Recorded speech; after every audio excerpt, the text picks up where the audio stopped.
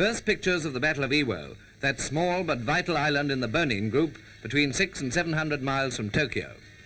For 72 days before the landings were made, American planes had been bombing the heavily fortified base, which, though only 8 square miles in extent, contained 2 airfields near the dominating heights of Mount Surabachi, a 500-foot volcano.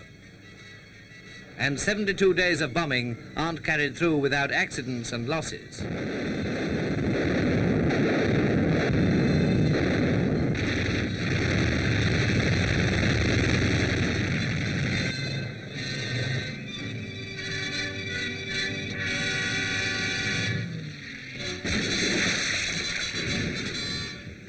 Somehow the pilot escaped and got clear.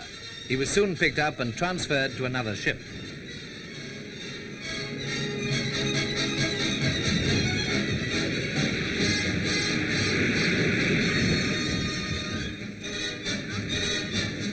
But the softening up process wasn't confined to bombing. 10 separate times the Navy, with battleships and a variety of smaller warships, struck at Iwo. 3-day nights of pounding from the sea preceded the landings.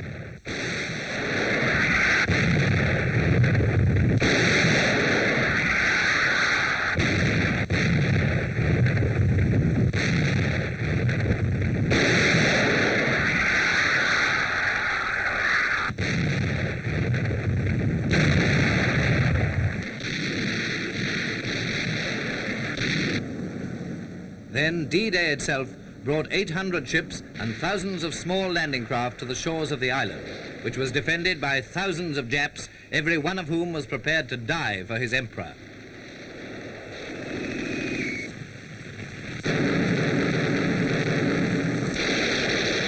Marines of the 4th and 5th Divisions, the first of some 40,000 men, went in towards the beaches under covering fire from their own ships, but also under heavy fire from Japanese batteries in well-concealed rocky positions on the volcanic island.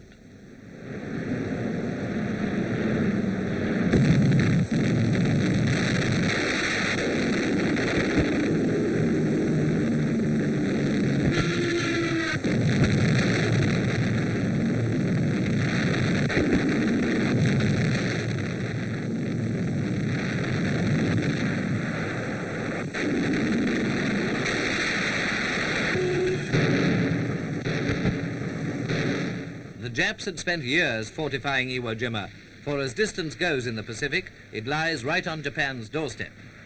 Casualties were heavy.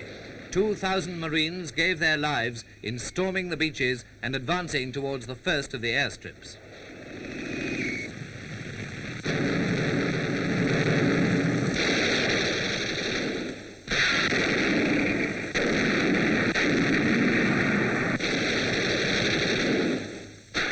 Through the slit of a tank, one of the cameramen recorded this picture of the attack on Motoyama airfield, the infantry advancing with tanks in support and flame-throwing tanks mopping up pillboxes.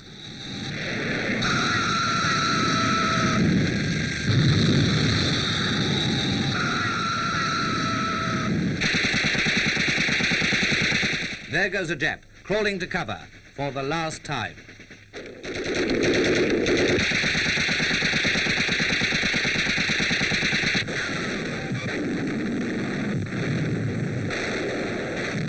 At the end of the second day's fighting, the Marines struck right across the island, cutting through the Jap lines.